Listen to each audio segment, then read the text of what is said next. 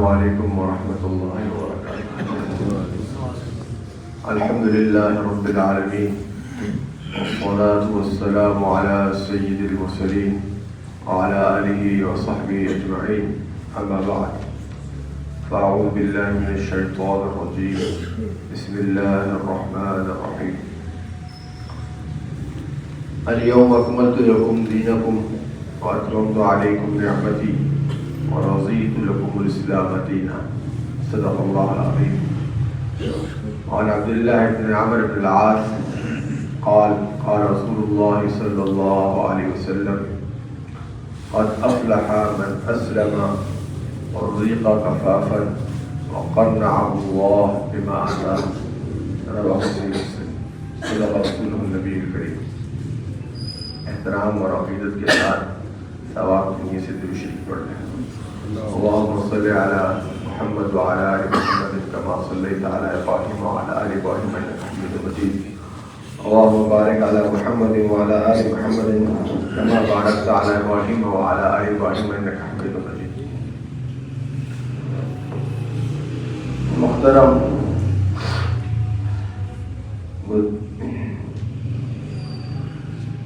بزرگان دین، برادران اسلام، میرے عزیز بھائیوں، اس کائنات پہ اللہ تبارک و تعالیٰ کی نعمتیں ہر وقت برس رہی ہیں۔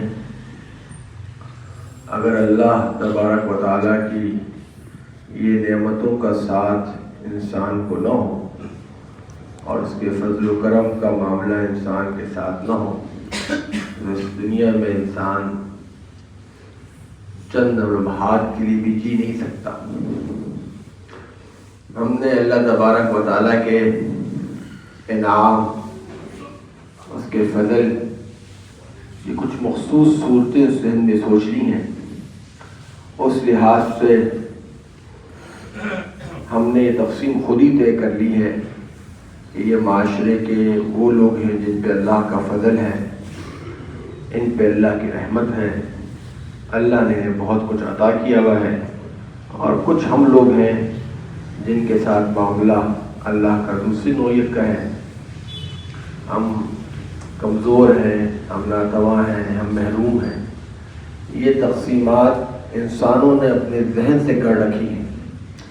ہمارے علاقے بھی اس لحاظ سے تقسیم ہیں۔ کچھ علاقوں کو پوش علاقے کہہ دیتے ہیں، جہاں صاحب ثروت لوگ رہتے ہیں، متوفی لوگ رہتے ہیں۔ کچھ علاقے یہاں جو غریب لوگ رہتے ہیں۔ ہم نے یہ تقسیمات معاشرے میں طے کی ہوئی ہیں۔ ہماری لغات اسی طرح مرتب ہیں۔ یہ ایلیٹ کلاس ہے، یہ اشرافیہ ہے، یہ بڑے لوگ ہیں، ان کی بات زیادہ چلتی ہے، یہ لوگ کمزور ہیں۔ یہ چیز اتنی بڑھ گئی ہے، اس کے نقشے اتنے گہرے ہو گئے ہیں کہ ہم سب اس چیز کا اندرونی طور پر شکار ہے کہ جو جہاں ہے وہ وہاں مطمئن نہیں ہے، اسے آگے بڑھنے کی دوڑ لگ گئی ہے، اور وہ اس پریشانی میں ہے کہ وہ یہاں سے کس طرح اپنے مدعومہ خیالات میں آگے بڑھ جائے اور کچھ خاص مناسب، کچھ خاص ترقیوں کے مفاہیم حاصل کر لے، کس طرح وہ آگے دوسروں کو پیچھے ہٹا کے آگے بڑھ جائے، کس طرح وہ ترقی کی دوڑ میں آگے ہو جائے، جو اس کے ذہن میں ہے۔ اور یہ چیز اتنی گر گئی ہے کہ اب ہمارے نوجوان جو طبعی لحاظ سے کھیلنے کودنے کی عمر میں ہیں، وہ بھی اس کمپٹیشن میں، اس دوڑ میں، اس مسابقے میں مسلسل شریک ہو گئے۔ اسی لیے آپ دیکھتے ہیں کہ عمومی ایک مایوسی کی فضا ہے۔ ہر چیز جو لوگوں کے لیے خوشی کا باعث ہوتی ہے وہ اب اس طرح خوشی کا باعث نہیں رہی ہے، بلکہ اس مسابقے نے انسان کو ایک عجیب قسم کی انگریزی کے محاورے میں ریٹ ریس، چوہوں کی دوڑ میں لگا دیا۔ ہر کوئی لگا ہوا ہے۔ علم، تعلیم حاصل کرنا انسان کا بنیادی حق بھی ہے، انسان کا شرف بھی ہے۔ دیگر مخلوقات میں انسان کو اللہ نے صلاحیت دی ہے کہ اس کے پاس علوم کا خزانہ ہے، وہ اپنے علوم کو مرتب کرتا ہے، اپنے علوم کو آگے بڑھاتا ہے، مگر آپ ہمارے تعلیمی اداروں میں دیکھیے کہ بجائے علم کی لذت سے آشنا ہونے کے، علم کی محبت کے ساتھ پڑھنے کے ایک دوڑ لگ گئی ہے، اور ہر نوجوان بھی اس پریشانی کا شکار ہے کہ میرے خاص نمبر اس درجے میں نہیں آئے تو نہ میرے ماں باپ مجھ سے مطمئن ہوں گے، نہ میں دوستوں میں آگے بڑھ پاؤں گا، نہ معاشرہ مجھے قبول کر پائے گا۔ اس کا کہ خوفناک اثرات ہمیں معاشرے میں نظر آتے ہیں۔ ہمارے نوجوان مایوسی کا شکار ہو رہے ہیں، علم میں اپنی لذت کھو دی ہے، جاننے کا شوق ختم ہو گیا ہے، دریافت کی اور تحقیق کی جستجو ختم ہو گئی ہے۔ بس یہ ہے کہ میرے خاص معیارات میں اس طرح کے نمبر آ جائیں، اس طرح کی چیز ہو جائے تو میں اگلے درجے میں چلا جاؤں گا، اس اسکول میں ہوں تو اگلے فلاں کالج میں چلا جاؤں گا، کالج میں ہوں تو یونیورسٹی میں چلا جاؤں گا، یونیورسٹی سے نکل جاؤں تو یہ معیارات آ جائے تو فلاں امتحان میں کامیاب ہو جاؤں گا۔ لہذا جو سیکھنے سکھانے کا ایک زندہ اور فطری عمل تھا وہ ختم ہو چکا ہے، اور اس مقابلے کی دوڑ ہے۔ بھائی اگر آپ کو کوئی چیز نہیں آتی، ہمارے ہاں تو علم کی جو روایت قائم تھی، اس علم کی روایت میں یہ تھا کہ اگر کوئی چیز نہیں آ رہی اس کا مطلب ہے کہ اب اللہ تعالیٰ کوئی صحیح چیز کھولے گا، رستہ کھولے گا۔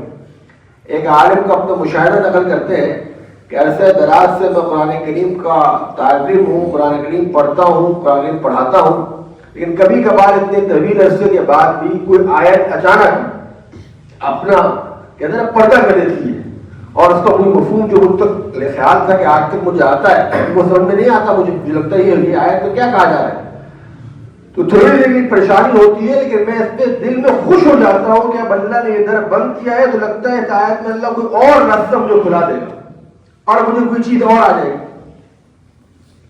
عالم یا علم کا سفر تو غلطی جاننے سے آگے بڑھتا ہے۔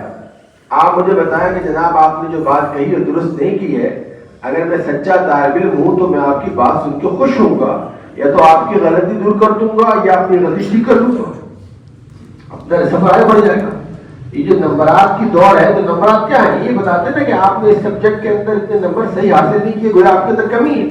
ہونا یہ چاہیے تھا کہ آپ کو اگلے آدمی نے اپنی کمیاں بتائی ہیں تو آپ کو دور کرتے، مگر امتحانات کے نمبر میں کم آنا ایسی مایوسی پیدا کر دیتا ہے انسان کے، آپ کو معلوم ہے یہ خوفناک خبریں کم ہی صحیح مگر سامنے آ جاتی ہیں کہ لوگوں نے نمبرات کمانے سے خودکشی کر لی، خودکشی کر لی۔ اتنا پیئر پریشر ہے، اتنا ماں باپ کی طرف سے پریشر ہے، سوسائٹی کی طرف سے پریشر ہے کہ علم حاصل کرنے کی لذت ختم ہو گئی۔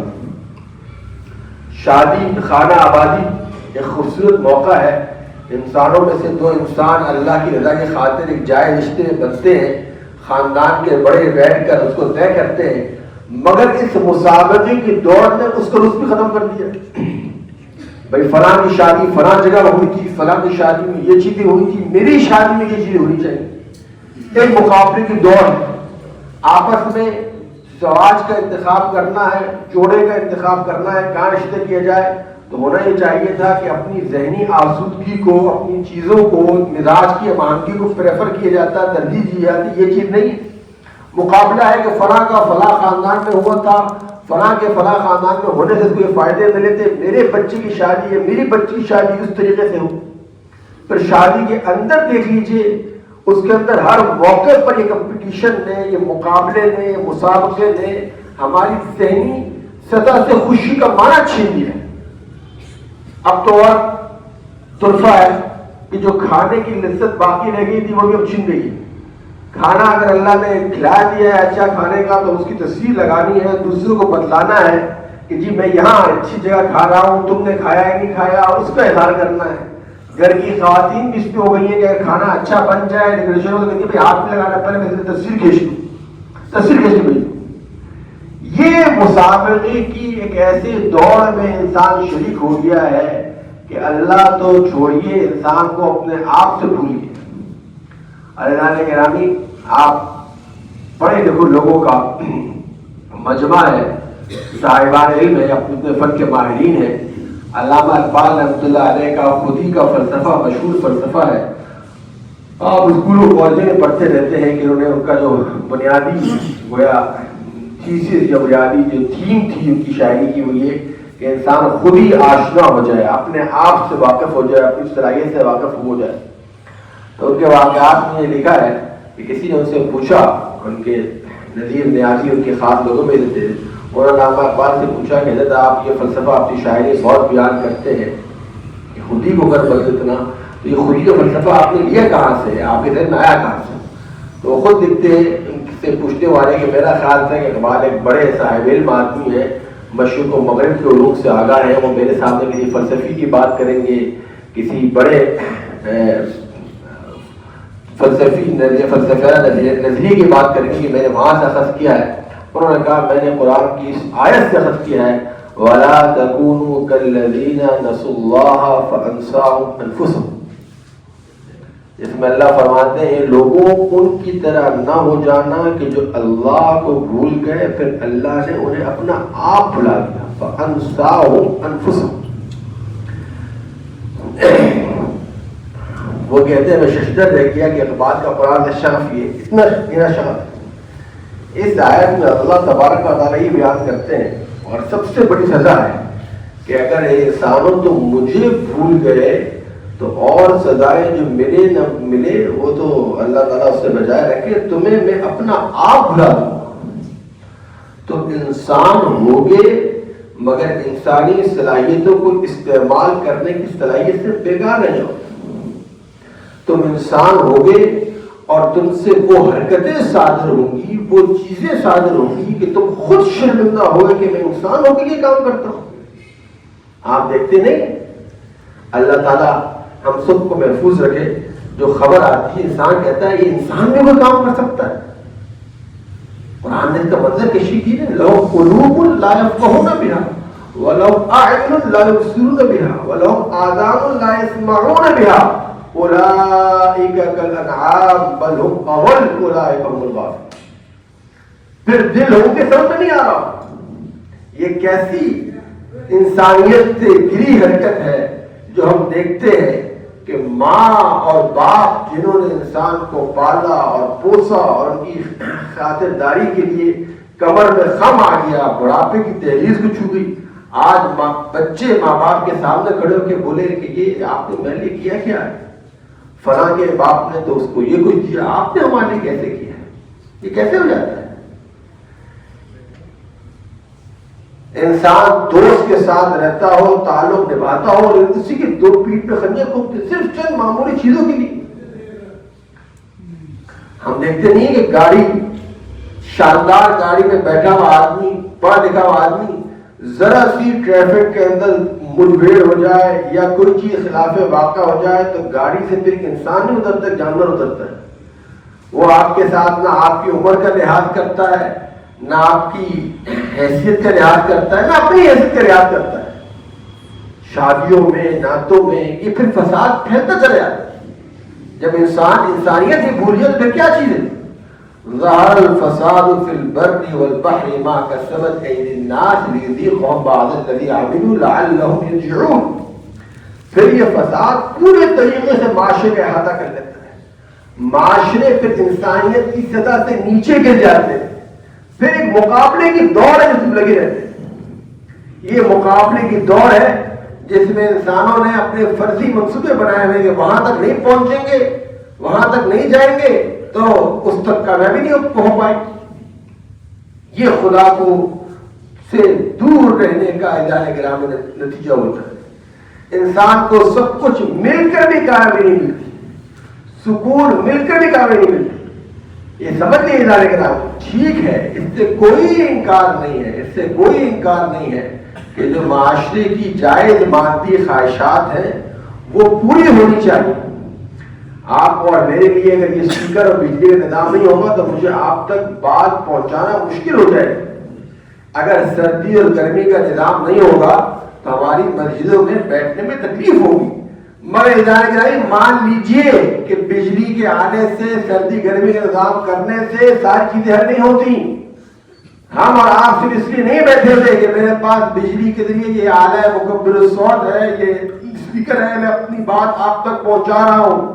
ہمارے درمیان ایک رشتہ الفت ہے، ایک محبت ہے، ایک تعلق ہے جو اسلام کی وجہ سے پیدا ہوا ہے، تبھی آپ میری بات سن رہے ہیں۔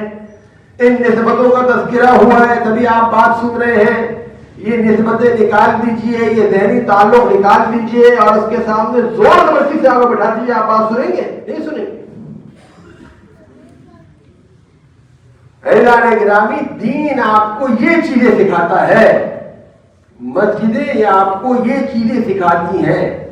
یہ خدمت ہے جو اسلام کرتا ہے، یہ نعمت ہے جو اسلام کے ذریعے ملتی ہے، یہ فضل و کرم ہے جو انسان کی رحمت اللہ کی اس دین کی نعمت سے ملتا ہے۔ ایسے نہیں مؤذن کہتا حی علی الصلاح حی علی الفلاح، نماز کی طرف آؤ، فلاح کی طرف آؤ۔ انسان استعداد نہیں جی سکتا کہ ایک اللہ جو اپنی پوری طاقت، جس پر ہمارا ایمان بھی ہے، وہ ہمیں نماز کے لیے بلا رہا ہے اور آپ نماز کے نہیں آتے، تو پھر ایسے آدمی سے کیا گمان کیا جائے گا کہ ساتھ کمرے میں بیٹھی بوڑھی ماں اسے بلائے گی، وہ نہیں آئے گا؟ یہی تو مقابلے کی دور ہے۔ نہیں، مجھے اس وقت تجارت کرنی ہے، مجھے اس وقت اپنے نظام میں جو میں نے مقابلے رکھے ہوئے ہیں وہ مقابلے پورے کرنے ہیں، تو اب اس کے بعد اللہ بلائے، ماں باپ بلائے، نہیں کر سکتا۔ اعزازِ گرامی، اس چیز نے ہمارے اندر گھن کی طرح ہمارے معاشرے کو چاٹ دیا۔ سورج کی یہ خوبصورت نعمت جو ہمیں حاصل ہے، ہم اس سے لطف اندوز نہیں اٹھا پاتے، کیونکہ ہمارا ذہن ان بوجھوں کا شکار ہوتا ہے۔ ہمارے ذہن میں نعمت کے کچھ خاص تصورات ہیں، اس لیے اپنے سامنے رکھی ہوئی نعمت ہمیں نظر نہیں آ رہی۔ آپس کے تعلق، آپس کی محبت، آپس کی یہ الفت نظر نہیں آ رہی۔ آپ بڑے لوگوں سے پوچھیں گے، اس سے پہلے ہماری مسجدیں بھی تھوڑی کچی ہوا کرتی تھی، ہماری آبادیوں کے اندر بھی اس وقت بھی مسائل تھے، پریشانیاں تھیں، بہت سی چیزیں تھیں، ہمارے آپس میں ایک لحاظ پاس اور تعلق تھا۔ اس کی وجہ سے ہمارے گھر اور ہمارے معاشرے جنت نظیر تھے۔ اب تو کیفیت یہ ہے کہ آپ کبھی اخبار اشتہار دیکھیں نا، اشتہار کی نصیحت کیا ہوتی، وہ آپ کو بتاتا ہے کہ اگر آپ کے سر پہ بال ہے، لیکن جب تک ہمارا یہ محلول سر پہ نہیں لگائیں گے آپ کے بال کسی کام کے نہیں ہوں گے، اور نوجوان اس محلول شیمپو کی طرف دوڑ پڑتے ہیں، جب تک یہ سر پہ نہیں لگے گا اتنے پیسے خرچ نہیں ہوں گے، ہمارے بال سے نہیں ہوں گے۔ اللہ تعالیٰ نے چہرہ عنایت کیا ہے، اس کو خوبی رکھی ہے، لیکن خیال یہ ہے کہ اب صابن جو اشتہار آ گیا ہے اور آپ کے اندر خاص طریقے سے، خاص کیفیت سے اس کے پوچھے نظام ہے نا، فلسفہ ہے، ایڈورٹائزمنٹ ایسی کی جائے گی کہ جب تک آپ کے چہرے پر یہ چیز لگے گی نہیں، آپ کا چہرہ تو تازہ نہیں ہو پائے۔ یہ کیوں ہماری ضرورتیں بڑھ گئی ہیں؟ فلاں چیز جب تک مشین نہیں ہوگی تو آپ کے گھر میں راحت نہیں ہوگی، اور ہم اس راحت کے غلام کے نیچے چلتے چلتے چلتے کہیں بہت دور نکل گئے۔ میں نے آپ کے سامنے جو آیت پڑھی، اس آیت میں اللہ فرماتے ہیں الیوم اکملت لکم دینکم واتممت علیکم نعمتی ورضیت لکم الاسلام دینا۔ یہ آیت قرآن مجید کی آخری اترنے والی آیتوں میں سے ایک آیت ہے۔ یہود نے سیدنا عمر فاروق کو کہا کہ اگر یہ آیت ہمارے کلام میں ہوتی، ہمارے کلام اترتی، تو ہم اس دن کو عید کا دن مناتے ہیں۔ سیدنا فاروق نے فرمایا ہمیں عید بنانے کی ضرورت نہیں ہے، جس دن یہ آیت اتری تو ہمارے یہاں عید واقعی میں تھی، یہ 9 عرفہ کا دن تھا اور آپ صلی اللہ علیہ وسلم ہمارے درمیان موجود تو جد ودا ہو رہی تھی، تو ہمارا عید کا ہی دن تھا، ہمارا خوشی کا ہی دن تھا۔ یہ احساس ہمیں اور آپ کو یہ پیدا ہو جائے کہ ہم اپنا رخ اللہ تبارک و تعالیٰ کی طرف کر لیں، اور اس کے لیے حضرت فرما رہے تھے مولانا ابراہیم خلیل صاحب، ایک بزرگ کا ارشاد فرما رہے تھے تیلی صاحب کا، کہ بھائی نیت کیا ہے؟ کوئی جن تو نہیں ہے جو چمٹانا ہے، یہ تو نہیں ہے کہ اب آپ کو اس کے بعد ہم کہیں گے کہ آپ جمعے کے بعد یہاں چلے جائیں وہاں چلے جائیں تو پھر اللہ تعالیٰ قائم ہوگا، کچھ نہیں، یہیں بیٹھ کر آپ کو اور ہمیں فیصلہ کرنا ہے کہ اللہ جو وقت آپ کے بغیر گزر گیا اب آپ سے دوستی کرنا چاہتے ہیں۔ کبھی کبھی سوچتا ہوں، اور آپ اپنے اندر اتر کے دیکھیے گا، آپ کو ملیں گے، آپ کو اگر کچھ لوگ ایسے نظر آئیں جن کا اب تو تذکرہ ہوتا ہے، دنیا میں بلینئرز ہیں، تقسیمات ہیں، یہ اتنے ارب پتی لوگ ہیں، یہ ہے، آپ کو موقع مل جائے کہ وہ آپ کو آدھا گھنٹہ اکیلے ملاقات بھی دے دیں، تو آپ اپنی بے چینی دیکھیے گا، ہم سب اپنی بے چینی دیکھیں گے کہ اس آدھا گھنٹے میں اس کو کس طرح ایسے راضی کر لے کہ اس کی زبان سے کچھ کلمات ایسے نکل جائیں گے میری زندگی اور میری نصیب سمجھ جائیں گے. ایسا ہے نہیں.